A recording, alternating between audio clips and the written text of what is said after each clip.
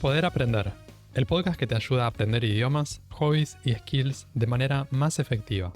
Acá hablamos sobre hábitos de aprendizaje, práctica deliberada y estrategias para aprender mejor. Mi nombre es Walter Freiberg y te invito a desarrollar tu poder de aprender para alcanzar tus metas personales y profesionales.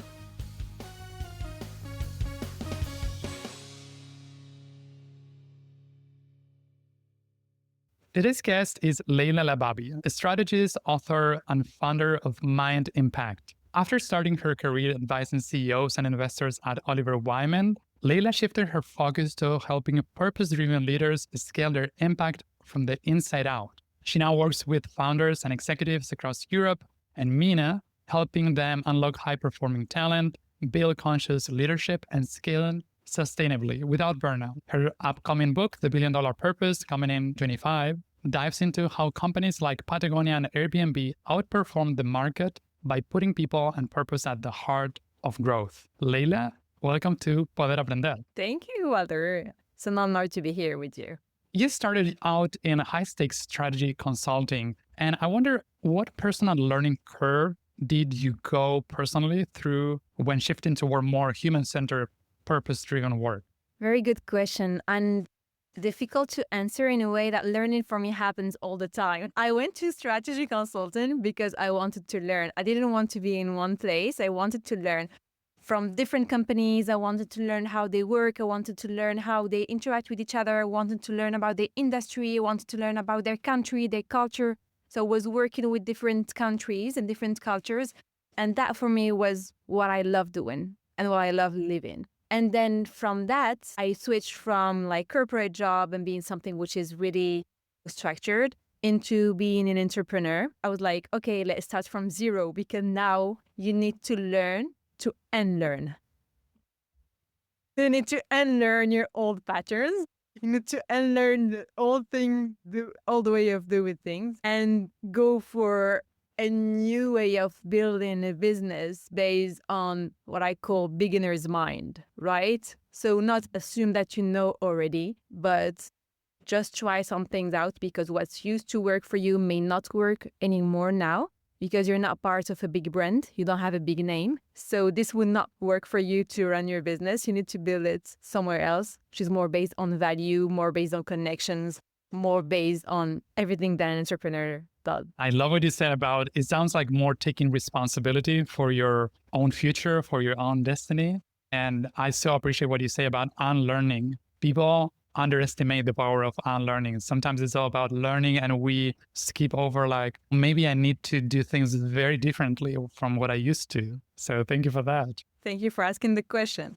Many of our listeners are very passionate about building skills and exploring new paths. I wonder what hobby or learning habit outside of work has shaped your perspective the most as a leader now? My first teacher is nature. I learned through nature, like I look at birds and I look at trees and like how the way they live, etc. My second teacher is my kids because they see everything from the lens of someone who is discovering it. Like, oh my God, Disneyland. And then you're in Disneyland for third or fourth time. Like, oh my God, this flower is so beautiful. And then, you learn to see things differently. And then they see something that we're not used to see. And the third thing that really helped me when I went to entrepreneurship is surfing. All my life, I was thinking, I want to go surfing, but I didn't have the occasion, the opportunity. Also, it wasn't a priority. And then since I moved back to Morocco like 3 years ago, I was like, I want to start surfing. And this was my main mindset coach, the waves. Like going with the waves, not going against the waves, catching a wave that is at your level, having fun when you're catching the wave and not thinking about the other waves. Sometimes taking time to relax and not just rush, but just see what is the right wave to take and not just stare there, but there are waves coming in. So you need also to catch them out. So many things on the mindset shift that I thought about moving from corporate to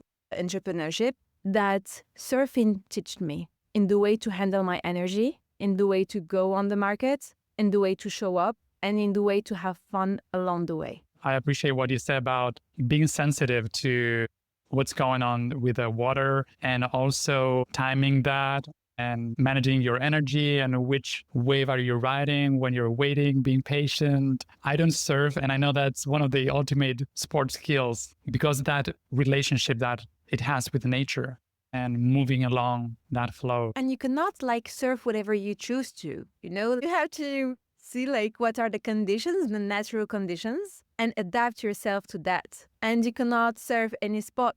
And sometimes when you take a wave and you just want to rush into things, then you just miss out on other waves that are better. And they're like, because you weren't watching, you weren't seeing what was happening. And sometimes my coach was like, you wanted to gain time. You're losing so much time by just hustling here.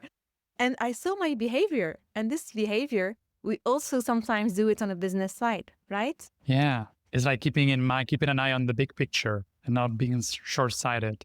Absolutely. And as you said, the spot that you are picking to surf and also which days, because maybe there are days that are not very conducive to surfing or times of the year. Yes. And this goes against the hustling culture. The hustling way of doing entrepreneurship is like you need to wake up every day at 5 a.m. and then to take your coffee and then work until midnight.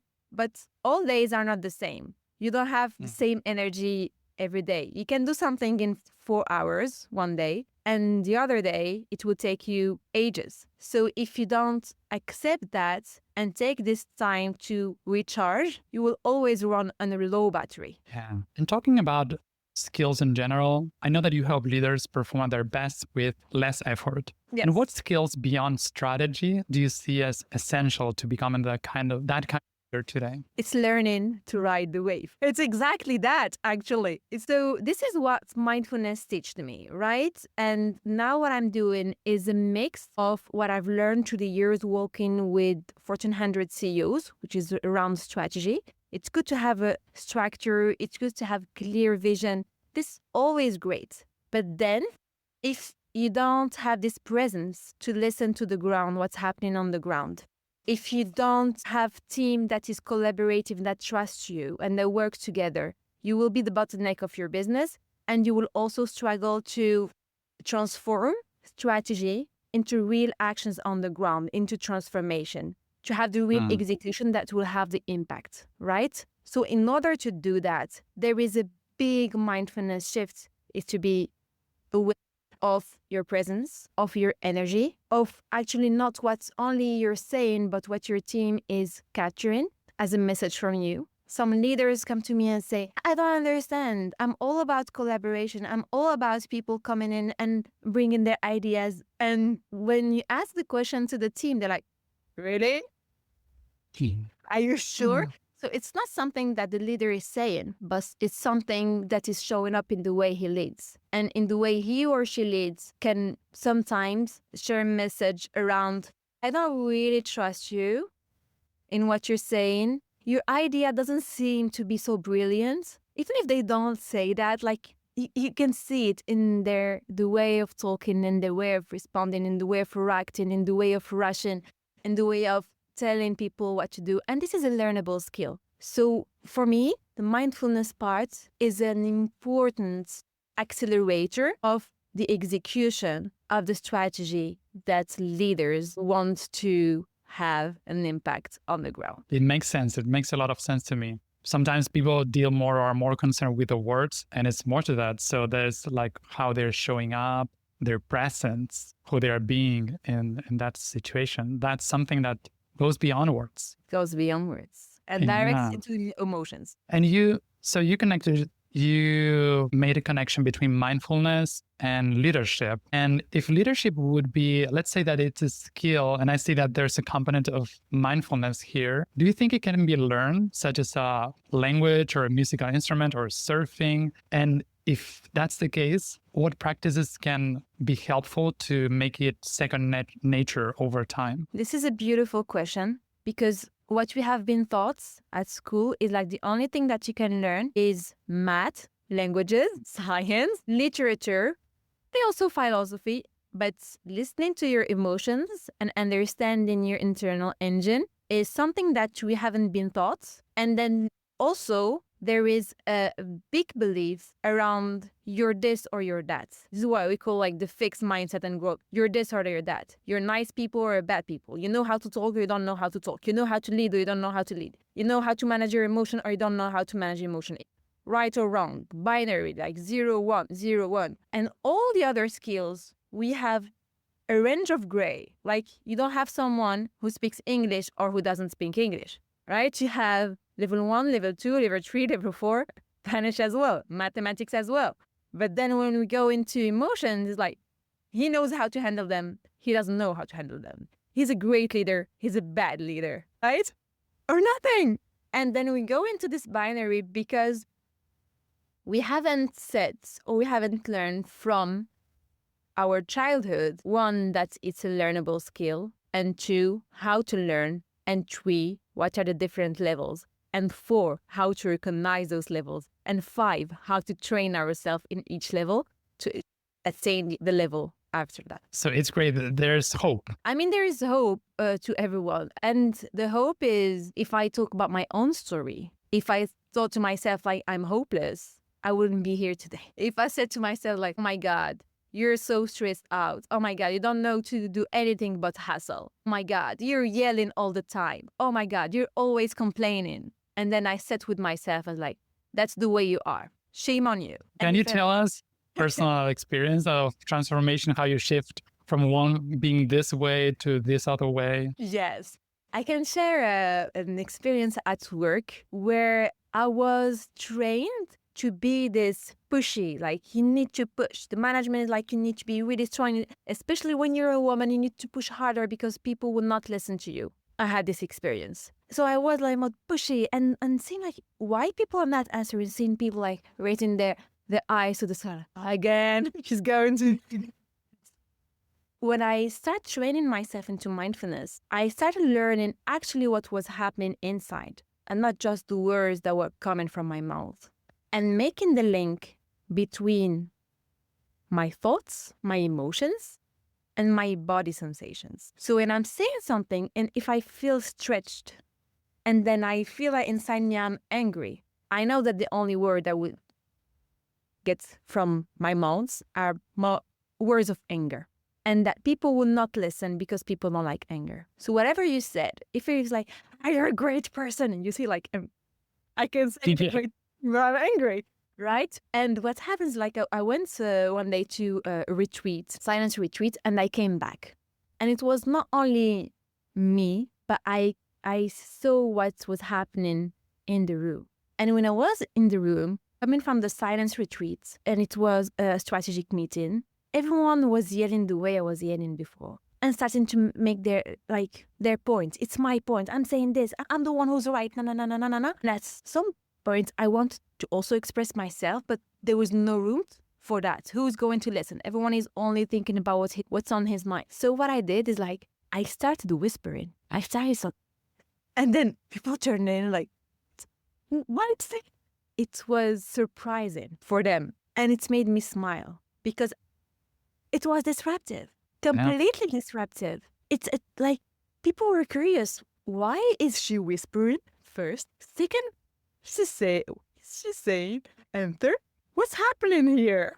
So I was able to make my point by whispering. And I would have never done this before, training my mind into seeing what was going on, understanding what I was feeling, and then holding the energy to speak differently. And I don't just use that at work, but also with my kids. You know, sometimes kids come like, and then you start whispering like, what? Or sometimes I start just like moving my lips and my mouth like, and my little one is saying.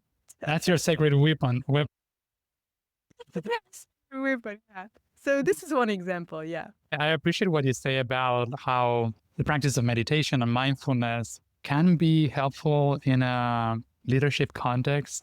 So you said that you attended a retreat. I also have experience with silent retreats and meditation. And I know that's something that it might sound like a stretch for many people, or like this is too extreme, or I'm not doing that. I would like to practice mindfulness, and this is not something I'm willing to do yet. What are other more gentle ways or maybe easier ways that people can start leaning in more into mindfulness practice without going to a long silent retreat? Yeah, sure. The first thing for busy leaders is just not to rush from a meeting to another. I've lived so many years, like you have the meeting ending at 2 p.m., the other one is starting at 2 p.m. Like leave just 5 minutes between a meeting and another. 15 minutes will be great, but 5 minutes will change the way you will show up, will change your presence, and it will change your energy and the receptivity of your message. 5 to 10 minutes. And just take them to breathe, to go for a walk, to hydrate yourself with water, and connect to the present moment, not thinking about this is what I'm going to say in this meeting, or this is what is going to happen. Not just stay with that, with where you are for 5 minutes and try it. Because what we don't do is like, people say, give me 3, give me 5, give me 10 ways of doing it. And then I give them 10. And then they're like, asking, have you tried anyone? Oh, I don't remember. 2 minutes. So I prefer to give one. Try just this one. In your calendar, never allow to have a meeting starting when the other is ending. And allow this 10 minute step. And a way of doing it, a trick of doing it, is instead of having 1 hour meeting, you program 45 minutes. Instead of having 30 minutes of meeting, you program 20 minutes of meeting. And sometimes people will find it weird. Why 20 minutes? Because, if you program from 2 p.m. to 2:20, nobody's going to put on your calendar a meeting at 2:20. Unless if you're doing 20, 20, 20. This is not the point, right? This is a trick that you can use. That's wonderful. And yeah, so the strategy or the system would be not to have meetings back to back first, not to have meetings back to back. So that's an idea to create some space in between meetings. And the one strategy to do that is you don't do that like by finishing a meeting at the hour. You finish it before, like at the hour or like in 30-minute slots. Instead of finishing at, 11 a.m., you finish 10:50 or 10:45. And so that would be the way that otherwise it's like, I agree that it would be awkward to let's meet at 2:05, like 5 past 2, right? So, or 10 minutes past 2. And I know there's people who maybe are starting meetings at 15 after the hour. And usually it's like we start at the hour mark or after 30 minutes. So yeah, that's wonderful. That's very practical and actionable. And talking about exhaustion and disconnection, what signs do you notice when someone's performance is masking exhaustion or disconnection in your experience? And what's something that you can shift to do something different to rebalance themselves? Yeah. You will see that in different levels. You will see in the way they show up. You will see it probably in their memory. So they're not present, they don't remember what you said. And sometimes they ask, could you repeat that? Could you please repeat that? You will see it in their multitasking. So they're with you, but actually they're on their phone or they're on something else. You will see it in the decisions, the way they're making their decisions. Is it a reaction or a response? And there's a big difference between reaction or response. Reaction is more based on fear, on stress, and we need to do this now, otherwise this will happen, otherwise this will happen. It's the fight or flight mode, right? The response is first they acknowledge what's going on. They're able to talk about their emotions, to see how they feel, because people who are just watching, they say, I don't feel well, but not feeling well is not an emotion. Someone who is more embodied leadership and knows where he's going and is not hustling is someone who can tell you how he feels with more precision and can also make the link between how he feels and what is just happening. And they can Could you give us an example? In this case, how would you make more specific? Yes. So let's say I had a client who was working on an AI product for a while, right? And AI products right now, there are so many companies working on AI at the same time. And so many of them are sometimes doing the same, more or less, tackling the same markets. And this client of mine was in a final discussion to get a project to test his product on the ground with the client, right? and he was in the final line with another competitor. And this competitor had more features. He was doing the same thing as my client, but more features. And his reaction at first was like, let's build all the features that he has. This was the reaction. And then when he saw the timeline, like the presentation will be in 1 month, we cannot anyway build all the features that the others have. So after the reaction, he took time to breathe and he tried to connect to what's really important. What is the client that they're trying to have exactly wants? Does he want more features? Or is it this feature, but much better? And what is the competitive advantage that they do have? Not what the other has, what they do have. And this is connection with the alignment. So when you're out of alignment or when you're acting out of fear or acting out of defense, you try to imitate what the others are doing. And imitation, we know it, is always just not as good as the original, usually. And when you're strong in what you're doing, and you know what you're doing, and then you know that you have something which is really strong, you connect to your power. And when you connect back to your power, you make something great out of it, and you go with conviction. So when you pitch with conviction. You work on something that's exactly your zone of genius, and this is how you compete. This is what, for example, Netflix did, right? If we took concrete examples that people know about, like Netflix, they didn't say, oh, let's do all type of entertainment. No, they said, we're going just to do streaming, just streaming. What Slack, for example, Slack, they could say, okay, let's do everything which is around the collaboration within the workplace. They're like, no, just the communication part of collaboration. And you have so many other tools that you have so many other features, but they're not billion-dollar businesses. And this is the power of focus. So intention drives focus. Focus drives performance. And performance that is driven by simplicity and power in one place rather than all over the place. Yeah, they made a decision to excel at one thing. It's not they didn't want to excel at a lot of things. And what you said about your client, it reminds me also, it makes me think when people are competing with others or are competing with themselves, they're trying to upgrade themselves and become a better version of their product instead of looking around, oh, what's everybody else doing? I need to do the same. I need to catch up with them. Yeah, exactly. You remind me of something. I had a coach one day who told me, you need to be the best strategy consultant. I was like, no. I'm not the best strategy consultant. There's so many great strategy consultants out there. I'm differentiating myself by being at the intersection of strategy and mindfulness. This is my sweet spot because this is what's aligned with the way I do things and the way I help my clients. And people will recognize me directly. They don't come to me to say, because Leïla is the best. No.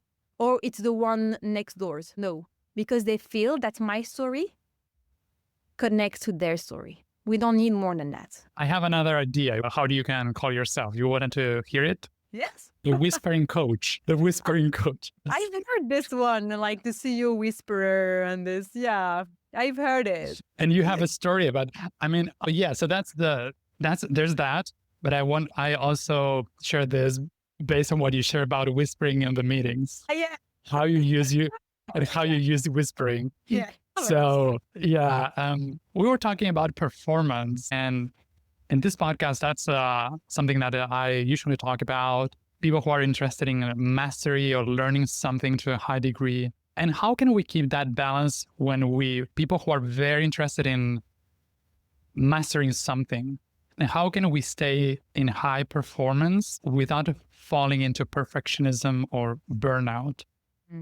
The word is passion. Because when you have the passion, like perfectionism, it's just refinement because you're doing it out of pleasure. One thing that happens, because I work with companies that are scaling, and companies that are scaling, the leader is scaling himself, but he's scaling also his team. And the scaling, the way I define it and the way I explain it to my clients is just make sure that you move from a team of generalists to a team of specialists, so that each person focus on its her or his zone of genius. Because when you do that, you're not competing about like perfectionism, and you're not like against the time. And time flies and you don't have the other things that you need to do that prevent you from learning what you have to learn. And this is something that happens often. We say, I want to learn this skill, but then I have so many things in my life that I want to do. So I'm frustrated because I cannot spend time and focus and energy on this skill. So I would say for each of us, really to pick and choose and feel what energizes us. And also what sometimes we're good at already and go to the next level. Because what I found myself at like even at my level when I started entrepreneurship, I had to learn so many different skills that I didn't know about before. Like, you need to learn how to sell, you need to learn how to market, you need to learn how to build a product, you need to learn how to organize yourself, you need to learn how to drive revenue, you need to learn finance, you need to learn legal stuff, so many things. And this, I've heard and I've read somewhere that you just need to spend 20 hours or something to learn the basic of a skill. And this for me is important. I love doing that, like spend 20 hours on one skill and learn it. But then trying to have the perfection in all the skills is where we burn out. It's not trying to have perfection in one skill that burns us out. It's trying to be perfect in everything. I want to speak English perfectly. And now like I just switched from French to English. So if I was like, I want to speak English perfectly and have a business that is perfect and landing pages that are perfect and my book should be perfect.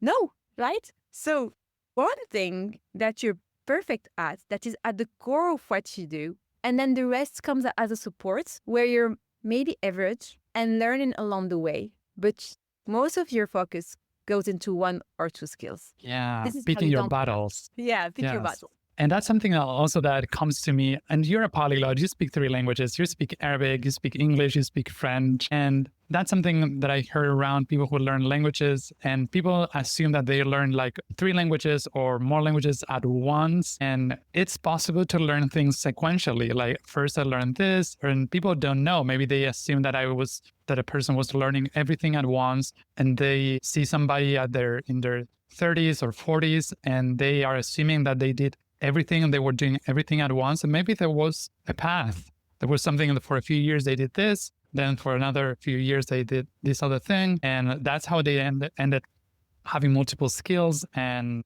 developing different things in their lives. Oh my God, what you're saying like resonates so much because we look at people like the final product and we assume that everything happened at once. Okay, they've learned. They know all that? Yeah, but he's 40 or 30 or 50. So they focused on one thing for 5 years and one thing for 5 years. And it's normal. Like, at the end, they're just merging all those things together and it works perfectly. But the learning happens sequentially, as you just said. And there's something that you also speak about, and you were talking about scaling before. You help companies who are scaling, and this idea of scaling from the inside out. And how do you apply that not only to beyond business, to personal reinvention, or when people are learning a skill? What are the implications of scaling from the inside out when we're learning and when we are reinventing ourselves? So scaling from inside out apply to learning. This is a beautiful question. This is the first time I'm having this. So let me think with you about this one. This is something that I apply to myself. I don't care if someone has a better English than me. I don't care if someone is a better guitarist than me or plays better piano than me. I just look at how I was doing 1 year or 2 years before, and I compare to that. I'm like, oh my God. And sometimes we can also learn from ourselves and teach ourselves. So sometimes I can watch myself on video talking and see in their faces like, oh, here I was doing this, here I was doing that. So usually we wait for other people to give us feedback on how we react, to give us feedback on our language, to give us feedback on what to do better. But there is something from inside out, is asking ourselves the question, this happened this way, and reflecting, how could I do better next time? What should I learn? What do I want to learn? And we see ourselves as an evolution, learning an evolution over a lifetime, rather than achieving a specific goal or looking like someone or having a skill in the same way as someone else. This is from my inside out. It's like me, my own performance with what I love, with where I want to go. What's the next thing for me to learn? And how can I do better? That's amazing. And that's something that I agree that I can see myself also in that, and that I underutilize what's available to me to improve on my own learnings. And that's something that I see all around. We are waiting for someone else to give us feedback. Now with is AI, I want AI to give me feedback. I want the feedback of AI. And I was reflecting on this, how we are disempowering ourselves also in terms of what we can do on our own right now. Because now with technology, it's so much easier to get that type of feedback. It's like now we don't even need humans to tell us. We can rely entirely on feedback or the reflections from AI, AI is seeing on us, what we should improve.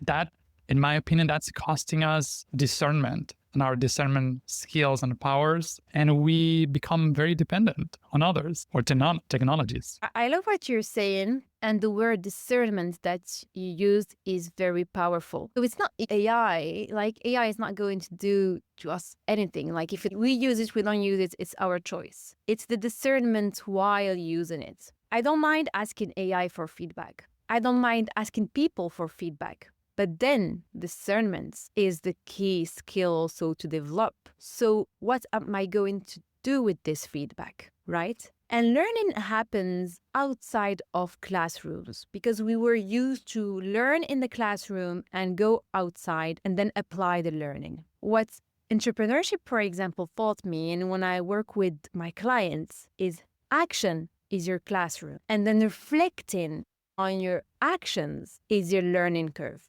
So it's the other way around. And if we take AI and we apply it into the way we were doing before, like classroom, AI teach me this, AI teach me that, we will not move. Let's act, maybe use AI, and then discern. Yeah, it's what we do with that. It's what we do, how we are using it. I know that you are writing a book, The $1 Billion Purpose, that is coming out this year, 2025. And what has surprised you the most in the writing process of this book, and how this writing has stretched you as a creator and as a thinker? So the book is already out now.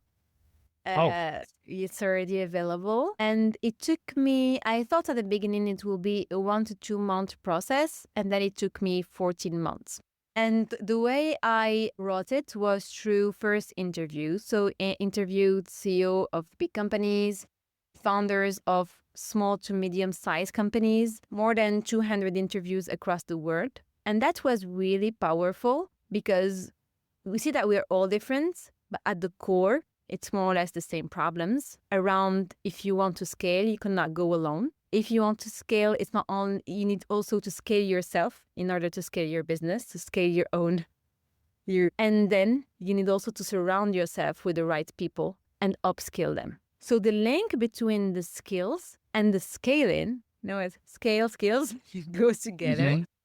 what was really remarkable. And I felt like it was an unconscious bias, right? So people, when we talk now about scaling, we talk a lot about scaling means selling more. Scaling means doing more marketing. Scaling means more systems, more. And then we forget the core of what a business is. That is the value creation. In order to create the value, skills are at the core of value creation. So you can say whatever you want and spend your time selling, and this is the hustling mode. And then people come into your business and then seeing that the value of what you're offering is not good enough. So they will leave, they will buy one time, but they will not come back and they will not recommend you. So you will spend your time hustling trying to sell to someone else. This happens a lot of time. And moving from the hustling culture to building strong foundations is through building your own skills, building the skills of your team, and making sure that you have the real value creation for your clients. So when your clients come, they have the great product, the great service, the great customer journey, and you can also have more upsells because you have more value to provide them. So you can build a very successful business with less clients, but a bigger client lifetime value. And this is something that we don't talk about enough. And that's upskilling is the key to unlock this exponential growth, especially that it compounds over time. So when you do your selling, it's like it's something, it brings a result or it doesn't bring result.